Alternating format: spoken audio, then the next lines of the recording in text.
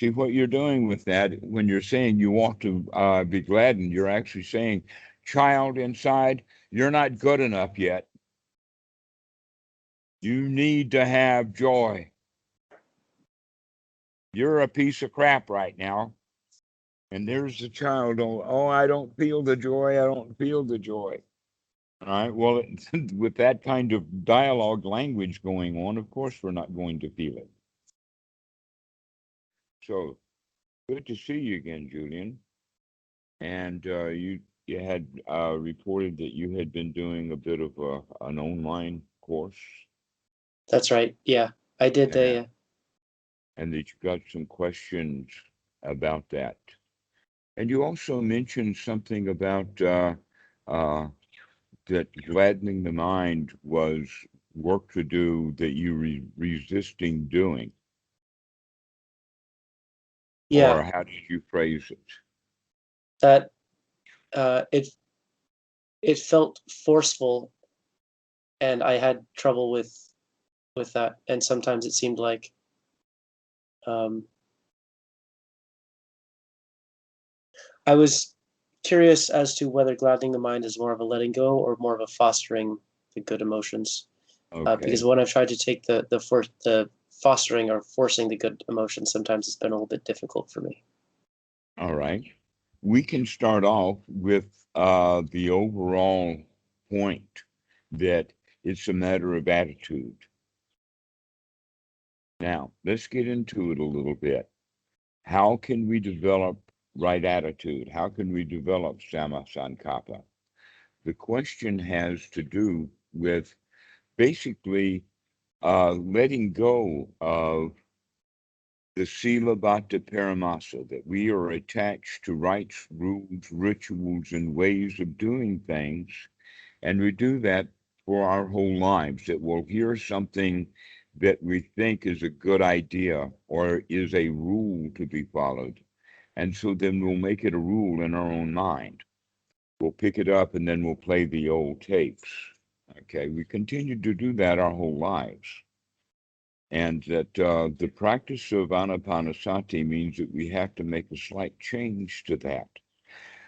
Another way of talking about it is that when we tell ourselves you should be gladdened up, or that this is the practice and you want to do it and you resist doing it, that's exactly the same dialogue that is played out in every human being's mind throughout the day, all day long.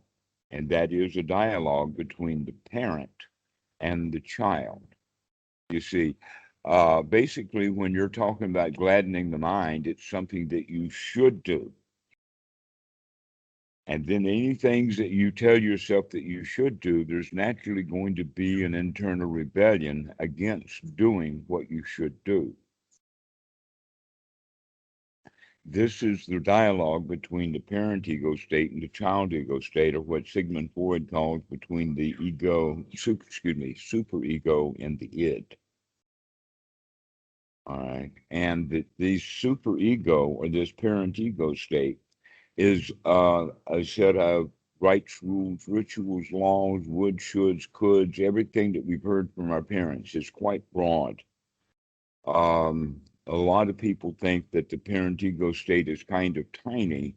And also they look at Sila Bhatta Paramasa and say, oh, there's not much to it because I don't like many of the rules anyway.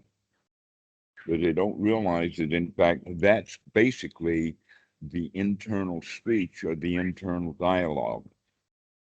Everything that you say to yourself is basically giving marching orders. That's especially true when we consider it that it's critical thought. Critical thought of, I like this, I don't like that, I want this to be better, this work needs to be done, all of that kind of stuff.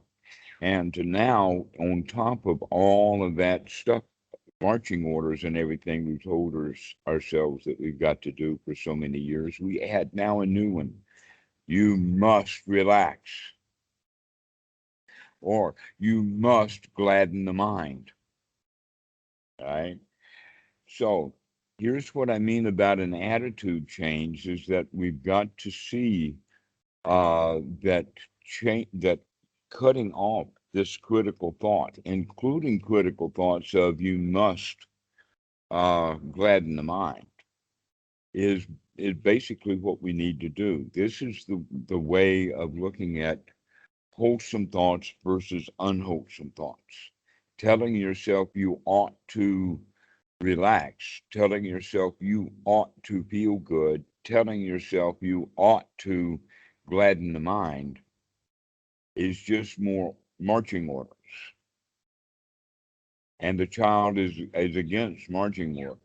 It's almost like inertia, in the sense that if we're not doing anything, whatever we're doing right now, which is nothing much, is the way to go. For instance, the best way for a car is, while it's sitting, is to just sit. But once it's out on the road rolling, now the tendency is to continue to roll. This is what we mean by inertia. It doesn't mean that things want to stop. It means that they tend to keep going the way that they're going. So we have to find a way of pulling this newly found brilliant information and take it away from the parent and give it to the child as a toy to play with. It cannot be a job to do in order to get a reward. Rather, it is got to be the reward itself. The gladdening of the mind is actually the reward for the child. Not that he's got to do anything, okay? But that that's the whole point, is when we hear things like anapanasati, the natural tendency for an ordinary mind is to make that a rule. Oh, it sounds really good. Sounds like we ought to do that. Therefore, we should do that. The better way of practicing is to check how good this is right now, letting things be good right now, saying things that indicate that things are already good right now, rather than making it immediately in the future of you should, you ought to. It's like taking a deep breath is so much more refreshing than telling ourselves you ought to take a deep breath and then not doing it.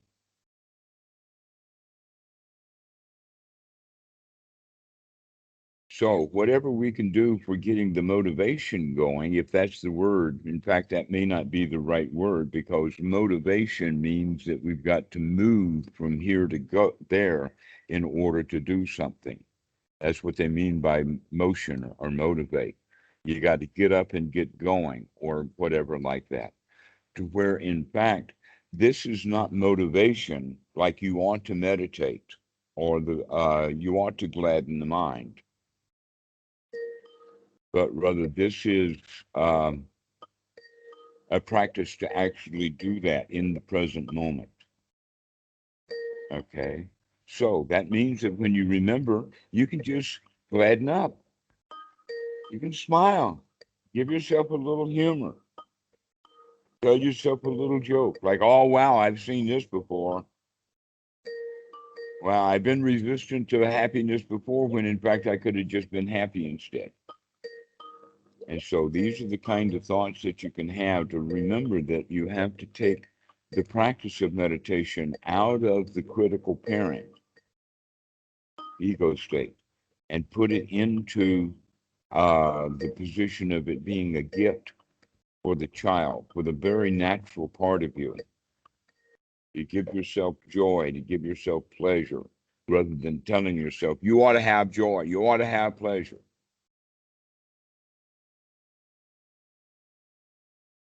So it is a matter of changing our attitude or changing our mind state from the state of the critical parent into the state of the joyous child.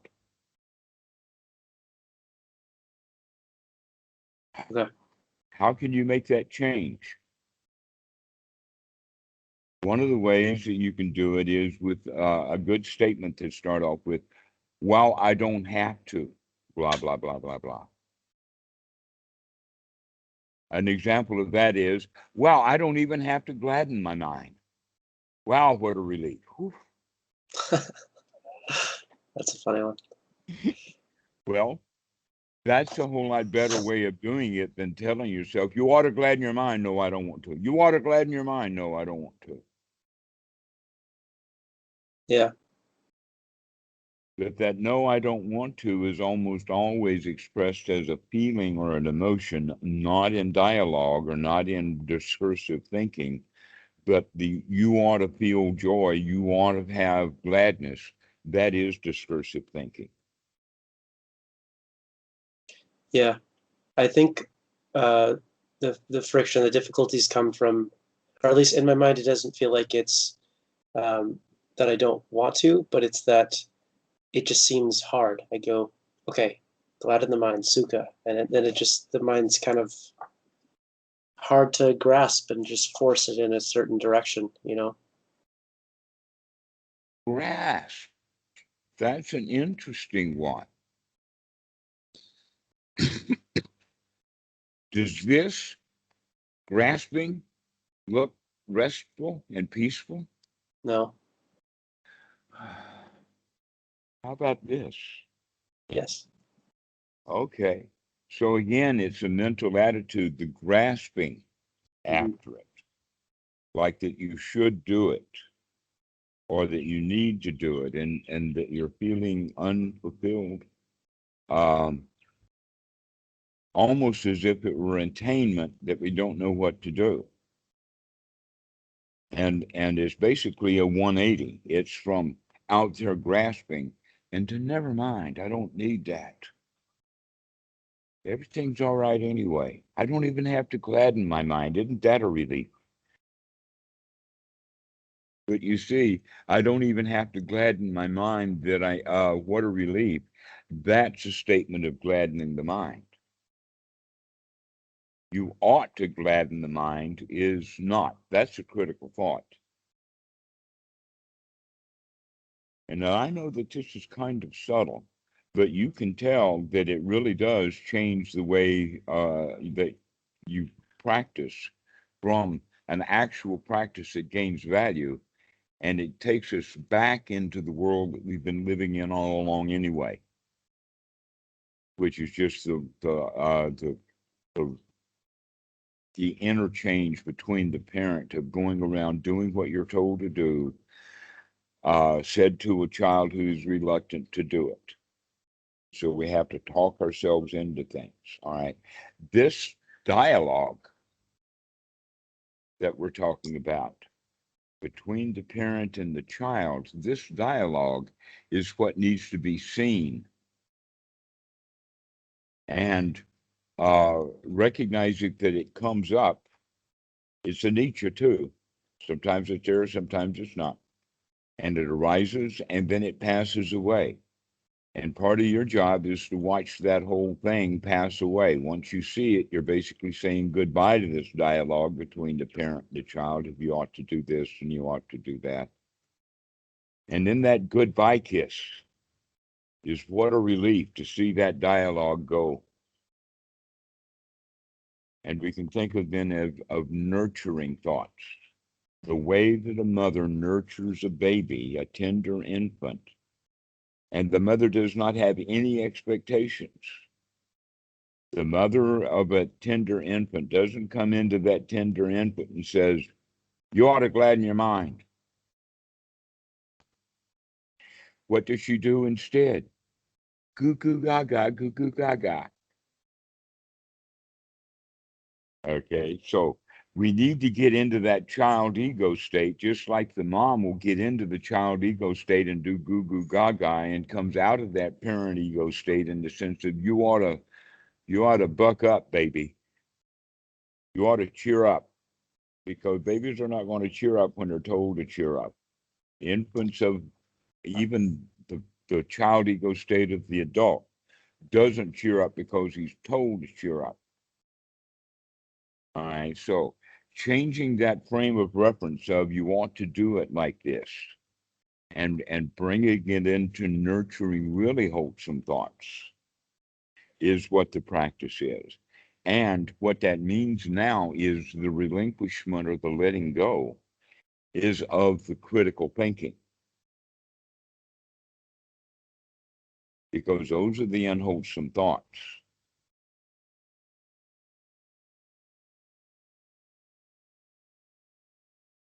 So would you say that this is like changing the attitude from, I guess, a parent, a strict parent to a child, changing it from that to just a friend, and that's how we think of how I relate to my mind.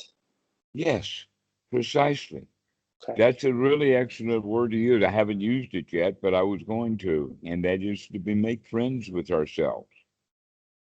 That instead of having this one up, one down relation within our own minds, is that same up down relationship that we had when we were born, starting with parents, teachers, uncles, grandparents, people on the street, older kids.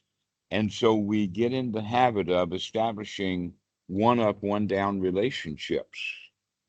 But children also establish friendship relationships.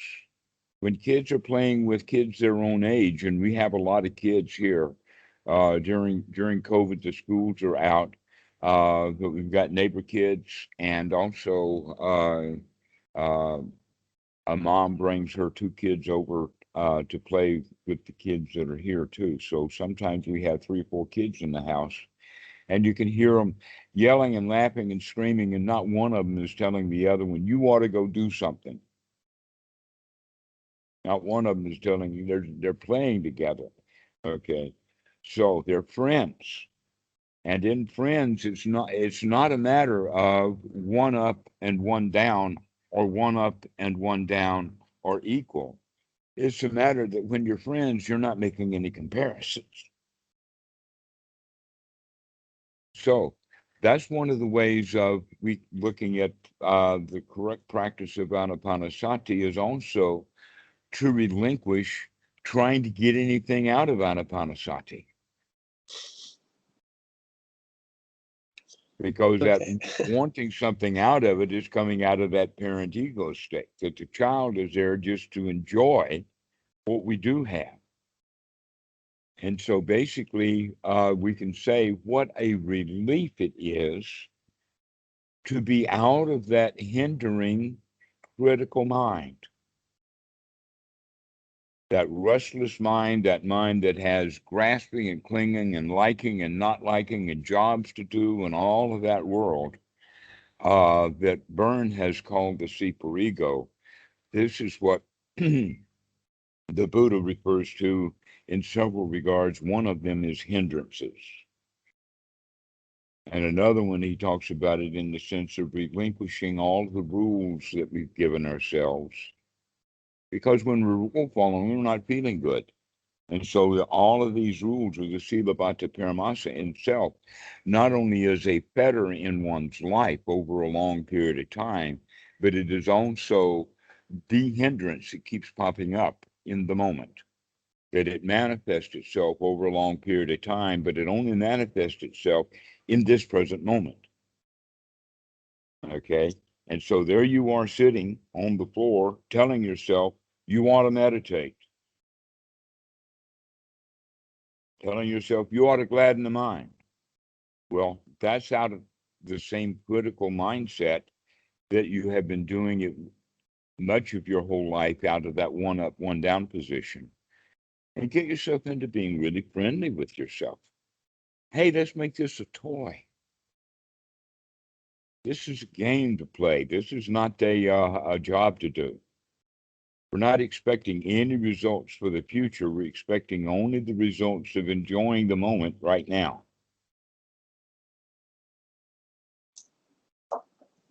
That makes a lot of sense, and I love that explanation.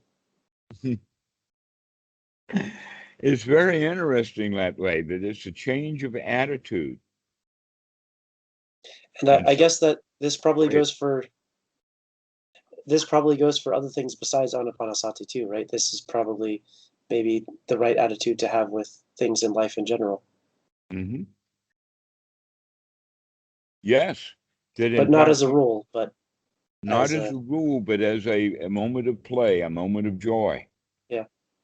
Okay, when we start having more and more moments of play and more moments of joy, that does not make us completely unproductive. In some cases, it makes us even more productive than the guy who's struggling with something. If we get too narrow, too focused, not see outside the box, but when we're playing, there's no boxes. There's hidey holes and forts and all kinds of things, but there's no boxes. But the adult sees everything in categorizations or boxes or ways of frames of reference, ways of looking at things. And so here what we're inviting to do is to take those boundaries that were set up by the critical mind and play with them. Allow everything to be an interesting toy to play with. Aha, I caught you, Myra.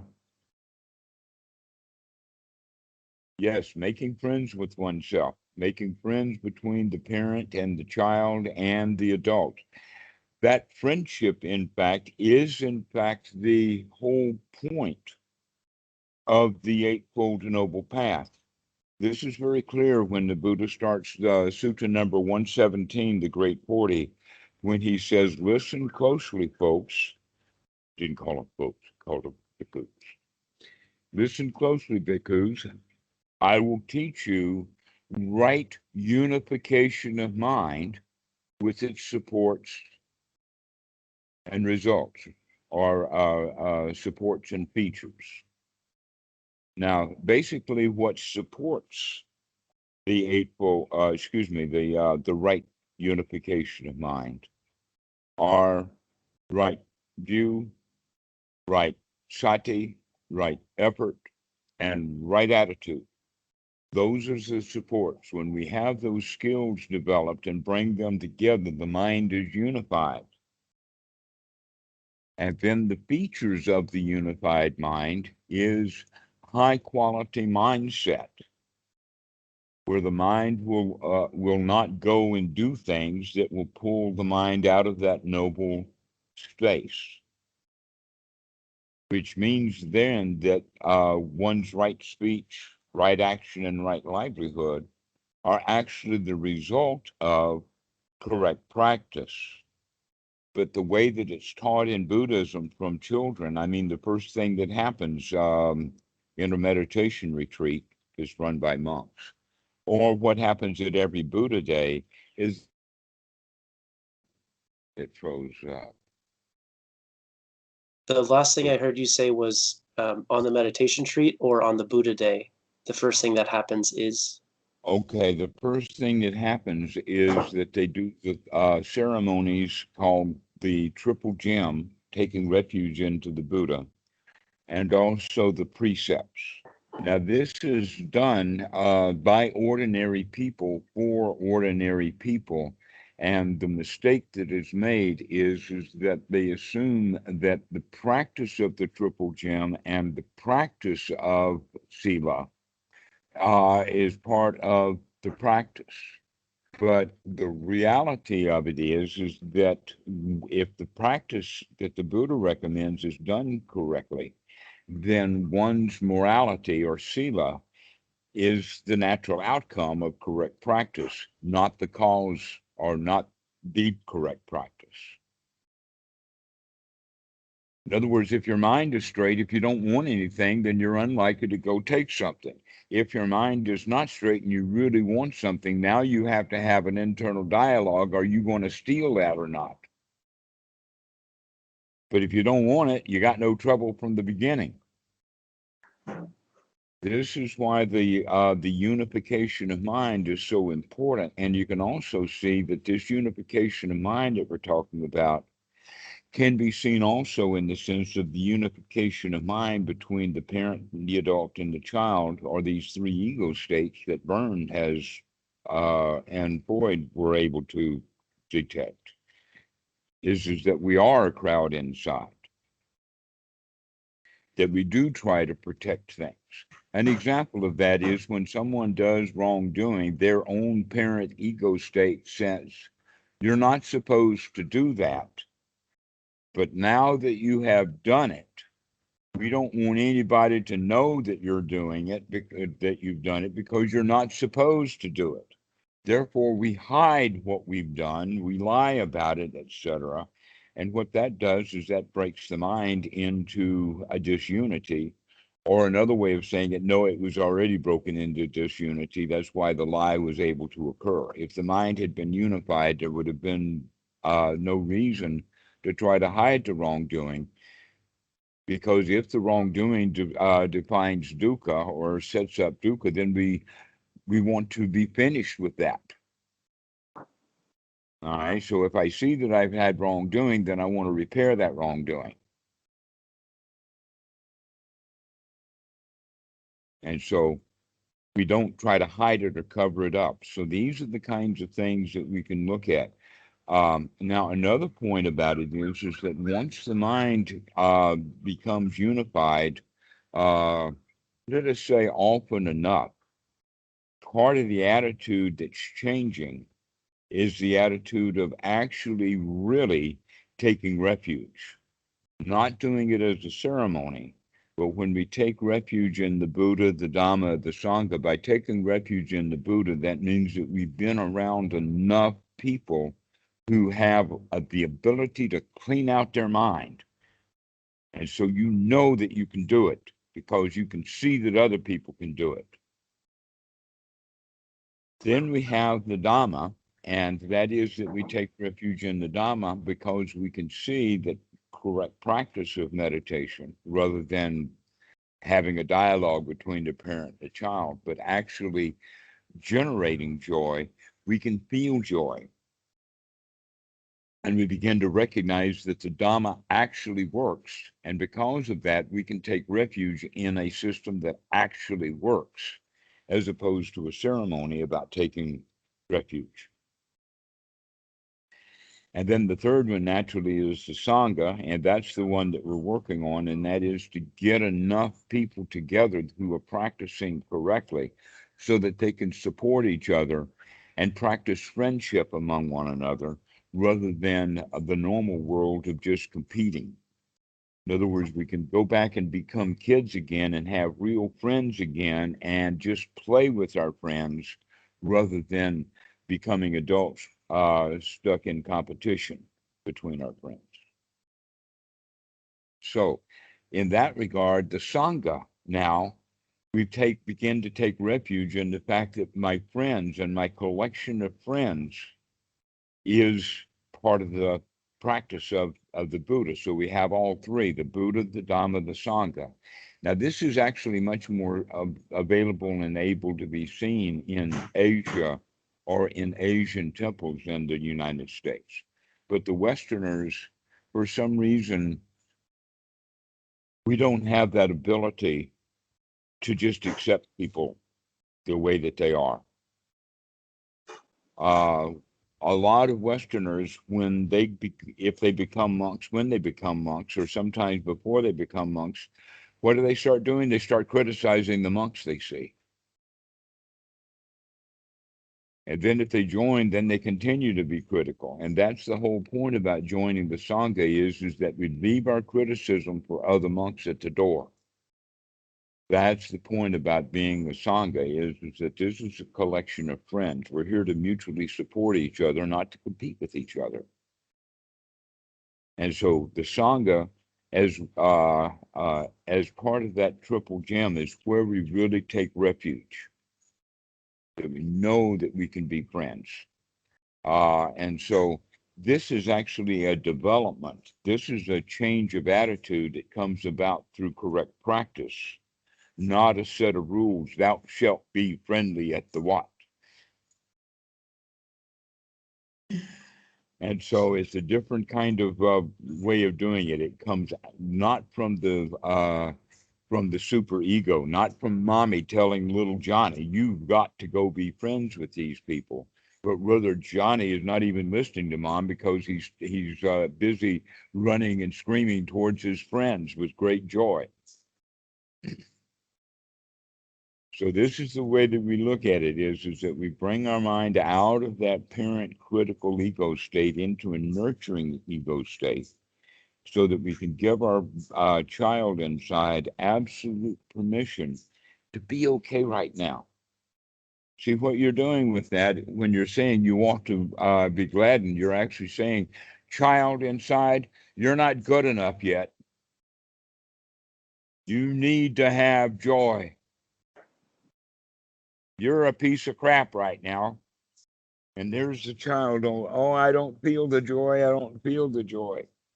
All right. Well, with that kind of dialogue language going on, of course, we're not going to feel it. And so this is the whole quality about understanding what is a hindrance or what are unwholesome thoughts. Telling yourself you want to have joy is an unwholesome thought. Having the thought of, wow, I see that thought and I don't have to do that. I can just relax. All right. So that's the change, a very small change in the way that we look at it, so that we don't have to resist the correct practice, but we're eager for it. We could also say that that eagerness is part of the skill set that is to be developed. That in a group, in one sutta, the Buddha has a group of 7 knowledges that lead us from absolute ordinary worldling person to the first step of the noble path right through. And along the way in step 5 and 6, and especially, and then in the culmination, absolutely in step 7, is the idea of joy, of eagerness, enthusiasm. That we can begin to see that when we gain the attitude of enthusiasm, being enthusiastic for the correct practice, makes right effort a lot easier. In the beginning, the students don't have much enthusiasm for the practice, and so they have to put in the right effort to do it. Well, it's not going to be the right effort to do it if that effort is spawned from critical thinking of you should do it. But rather it's got to be done from the invitation of this is nice. Here, little Johnny, have a piece of apple. Rather than you ought to eat this apple.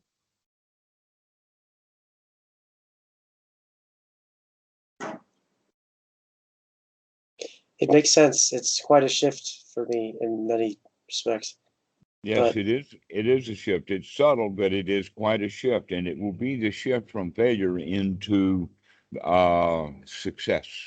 yeah, Operating through success, noticing success, wanting the success, not in the sense of wanting to get the success 2 or 3 breaths or 2 or 3 or 5 minutes from now, but allowing yourself to feel successful with this breath. Mhm. This is good enough.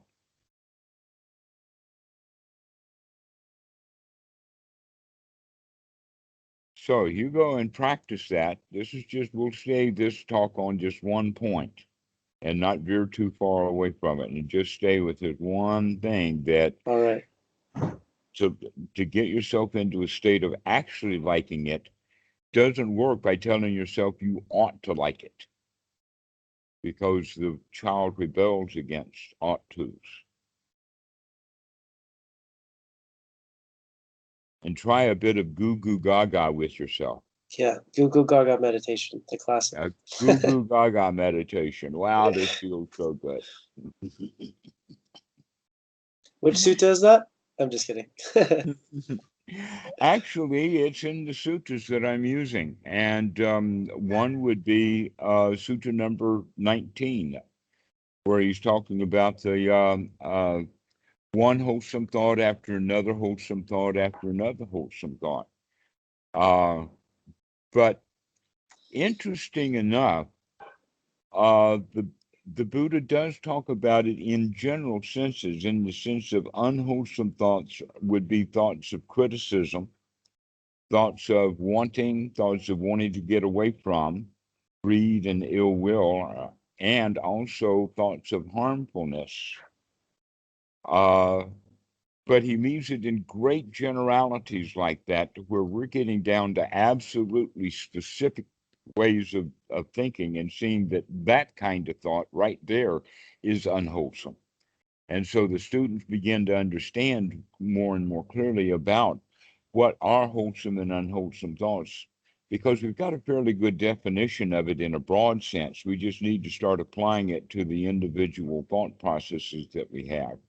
And this critical thinking that we have about you ought to feel good or you ought to meditate is actually just an unwholesome thought about now is not good enough. If you'd go meditate, things would get better.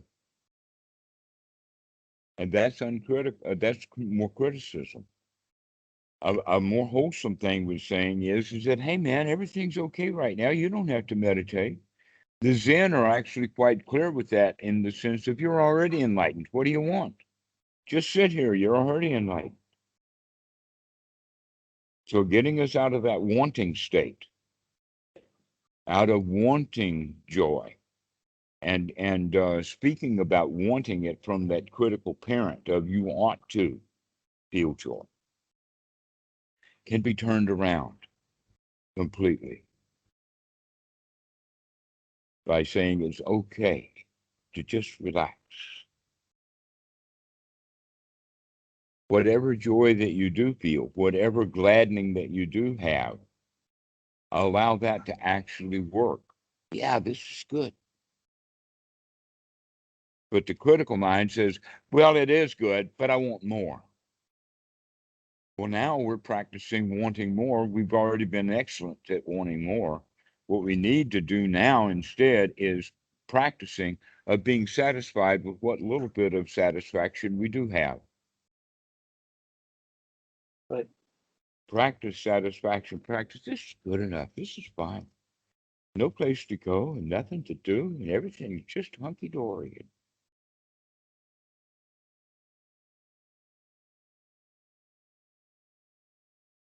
Right. Thank you. So, do you have any questions about this? I think that we've gotten this topic pretty well covered. Yeah, I don't think I do. This is super relevant to me because even when I find myself thinking about the Dhamma, which is supposed to be wholesome, I think about it often in this type of like, oh, you ought to type of way, and it ends up being not wholesome, and that was confusing for me. Excellent. Excellent. So it's not a matter of, when you were talking about letting go or relinquishment, we just need to change that focus just a little bit. It's the critical mind state that needs to be relinquished, to be able to see those unwholesome thoughts and relinquish those. When you just stop telling yourself you ought to feel good, then you'll start to feel good. But so long as you're telling yourself you ought to feel good, you won't. All right. That makes sense. All right. Thank you, Dhammarato. Excellent, Julian. We'll see you later. I'll see you later. Okay. Bye. Bye-bye.